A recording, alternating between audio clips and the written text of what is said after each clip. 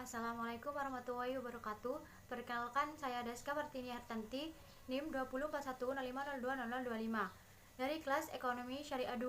Baik, di sini saya akan mereview dari 3 video untuk memenuhi tugas UTS yang diberikan oleh Bapak Dr. Abdul Wadud Nafis LC.MEI selaku dosen pengampu mata kuliah Ekonomi Makro Islam. Di sini saya akan mereview 3 video. Pertama, tentang kebijakan fiskal dalam perspektif ekonomi Islam. Yang kedua, tentang ekonomi tertutup tanpa kebijakan pemerintah. Dan yang ketiga, tentang uang dan fungsinya. Yang pertama, yaitu saya akan mereview dari video terkait kebijakan fiskal dalam perspektif ekonomi Islam. Sebelum mengetahui apa sih kebijakan fiskal, alangkah baiknya apabila kita tahu apa pengertian dari kebijakan fiskal itu sendiri. Jadi, kebijakan fiskal yaitu kebijakan yang dilakukan oleh pemerintah dengan cara meningkatkan atau mengurangi pendapatan dan belanja negara untuk mencapai tujuan yang diharapkan.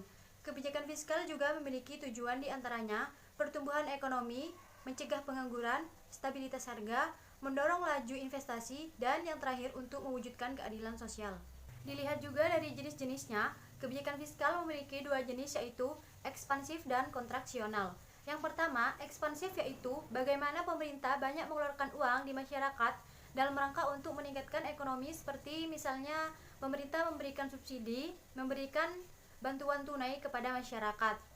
Yang kedua, kontraksional yaitu pengetatan di mana pemerintah mengurangi uang yang beredar di masyarakat atau pemerintah meningkatkan pendapatan, seperti misal pemerintah akan meningkatkan persentase pajak yang dulunya 3% naik menjadi 5%. Selanjutnya, kebijakan fiskal juga memiliki beberapa komponen seperti kebijakan perpajakan, kebijakan pengeluaran, kebijakan investasi dan disinvestasi, dan yang terakhir pengelolaan utang atau surplus, dan juga memiliki 6 instrumen yaitu anggaran belanja seimbang, pembiayaan fungsional, anggaran defisit atau kebijakan fiskal ekspansif, anggaran surplus atau kebijakan fiskal kontraktif, stabilitas anggaran otomatis, dan pengelolaan anggaran. Sedangkan dalam ekonomi Islam, kebijakan fiskal juga memiliki instrumen diantaranya jizyah, ghanimah, fa'i, zakat, khoroj, nawaib, amwal fahlah. Selanjutnya, kebijakan fiskal memiliki fungsi sendiri yaitu berfungsi ketika anggaran negara dialokasikan dengan tujuan untuk mengurangi tingkat pengangguran serta pemborosan sumber daya. Sedangkan dalam ekonomi Islam, kebijakan fiskal juga memiliki fungsi yaitu memelihara terhadap hukum, keadilan, dan pertahanan dan manajemen kekayaan pemerintah. Kemudian yaitu kedua, tentang ekonomi tertutup tanpa kebijakan pemerintah. Ekonomi tertutup tanpa kebijakan pemerintah sering juga disebut ekonomi 2 sektor. Apa sih ekonomi 2 sektor itu? Ekonomi 2 sektor adalah perekonomian yang terdiri dari sektor rumah tangga dan perusahaan. Jadi di mana ekonomi ini hanya terdiri dari rumah tangga dan perusahaan.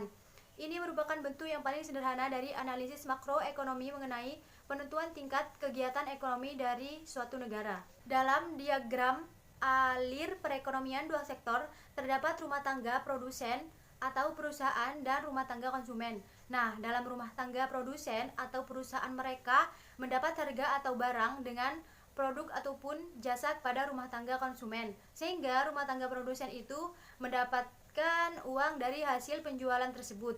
Rumah tangga konsumen sendiri yaitu sebagai pemakai atau yang mengkonsumsi dari barang atau jasa rumah tangga produsen atau perusahaan. Kemudian, fungsi konsumsi dan fungsi tabungan. Hubungan antara fungsi konsumsi dan pendapatan disebut sebagai fungsi konsumsi. Nah, fungsi konsumsi ialah fungsi yang menunjukkan besarnya konsumsi dengan pendapatan, dan hubungan antara besarnya tabungan pendapatan disebut dengan pendapatan. Keterkaitan antara fungsi konsumsi dan fungsi tabungan ialah sama-sama berkaitan apabila dikaitkan dengan pendapatan konsumsi, dan apabila bagian dari pendapatan yang dibelanjakan untuk kebutuhan konsumsi.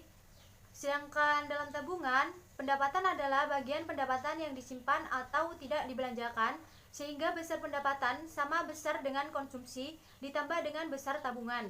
Kemudian, hubungan antara konsumsi dan pendapatan terdapat pada beberapa faktor yang menentukan tingkat pengeluaran rumah tangga itu secara rumit kecil. Yang terpenting dalam perekonomian 2 sektor ini ialah pendapatan rumah tangga.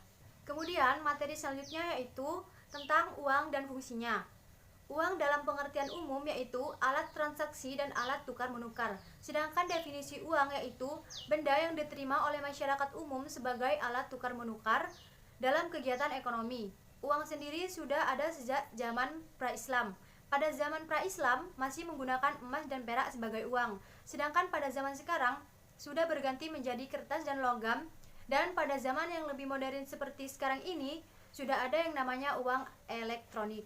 Dilihat dari jenis uang, uang dibedakan menjadi 3. Yang pertama, uang menurut bahan pembuatannya yaitu ada uang logam dan uang kertas. Yang kedua, uang menurut lembaga yang mengeluarkannya yaitu ada uang kartal dan uang giral. Yang ketiga, menurut nilainya yaitu ada uang penuh dan uang tanda. Selanjutnya, fungsi uang sendiri yaitu uang sebagai alat tukar, uang sebagai satuan hitung, uang sebagai alat penyimpan nilai.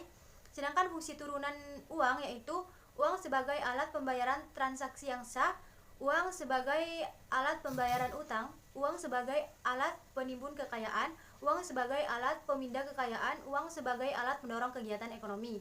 Selanjutnya, fungsi uang menurut ekonomi Islam yaitu sebagai alat tukar, sebagai alat hitung, dan sebagai alat penyimpan kekayaan. Cukup sekian video review saya mengenai tentang 3 materi tersebut. Terima kasih dan mohon maaf apabila ada kesalahan. Wassalamualaikum warahmatullahi wabarakatuh.